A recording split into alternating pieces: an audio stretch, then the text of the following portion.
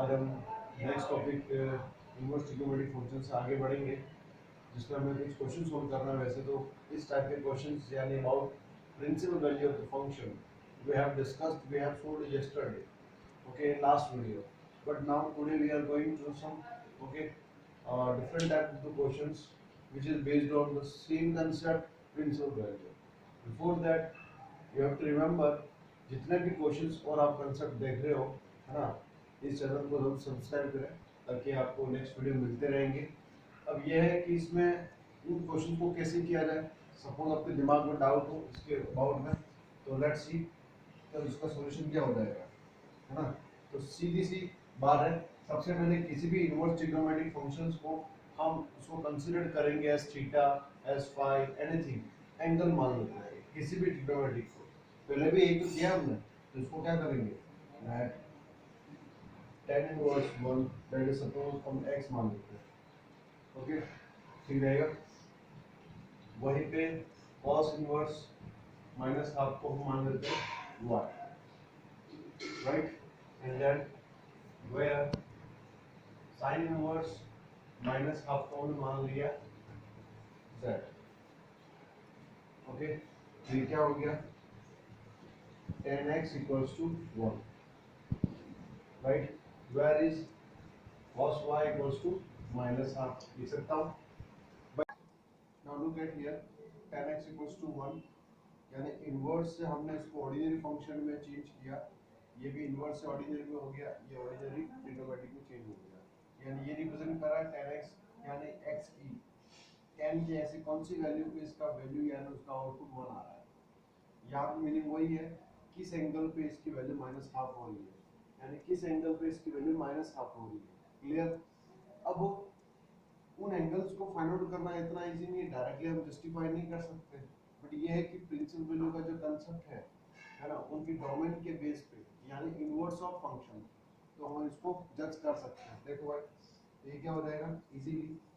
tan x equals to 1, it means tan pi by 4, right, clear है ना। क्योंकि भाई ये हम जानते हैं tan inverse define minus infinity to infinity, okay, between what minus pi by 2 to plus pi by 2, याद होगा ये तो, है ना।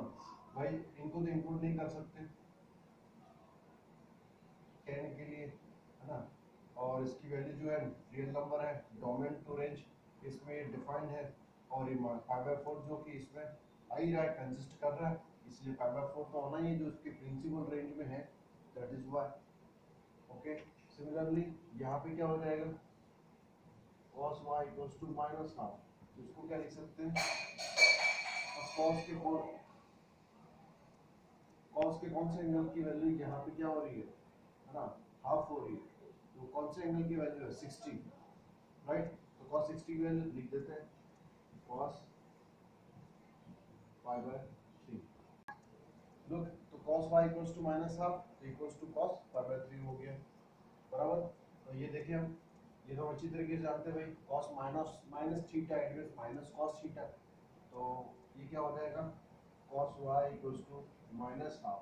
कौन से एंगल की वैल्यू माइनस हाफ होगी, है ना। तो ये हो गया, क्या लिखेंगे, ओके, जो माइनस cos थीटा, तो उसको क्या लिख सकते हैं, it means minus pi by 3,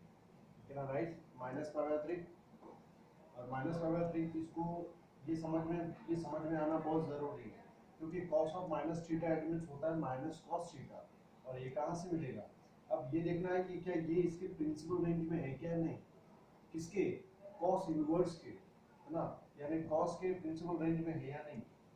देखो भाई आपको याद दिला देता हूँ मैं, इसको यहाँ नहीं यहाँ लिख देता हूँ, साइड में लिख देते हैं इधर, because of cos inverse define what, cos inverse define minus 1 to 1 to what, 0 to pi, 0 to pi होगी, राइट। तो इसकी प्रिंसिपल रेंज क्या होगी 0 to pi, तो क्या माइनस वाला 3 इसमें कंसिस्ट है या नहीं है, नहीं है,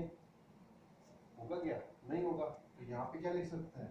तो क्लियर सी बात है कि ये एंगल नेगेटिव आ रहा है, और कॉस जो है वो कौन से